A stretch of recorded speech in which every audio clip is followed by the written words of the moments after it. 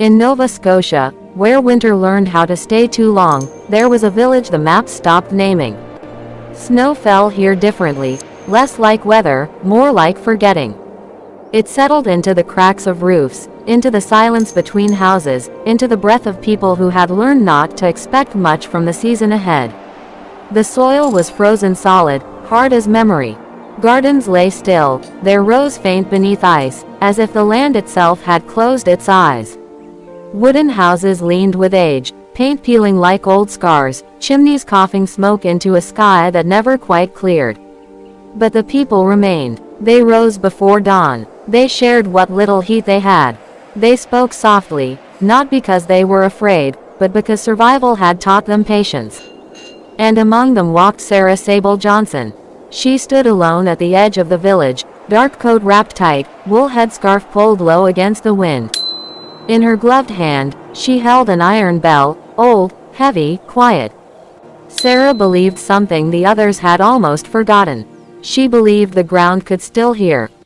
The bell was not for calling people together. It had never been rung for celebration, or warning, or church. It was for calling memory. Sarah's grandmother used to say that some sounds don't travel through air, they travel through time. At first, nothing happened. Then, just beneath the snow, something shifted. The land answered softly. Not with warmth. Not with bloom. But with recognition. A faint tremor passed through the ground, like a long-held breath finally released. Cracks traced thin lines beneath the frost, glowing faintly green, as if the earth remembered an old language. Sarah stepped barefoot onto the snow, just for a moment. Cold bit her skin, but beneath it, the soil felt alive. The ground remembered who had worked it first, who had bled into it, who had sung to it when no one else was listening. They came a week later, not with fire, not with chains, with paper. A white-gloved hand pressed an eviction notice onto a wooden door, the nail biting deep into old timber.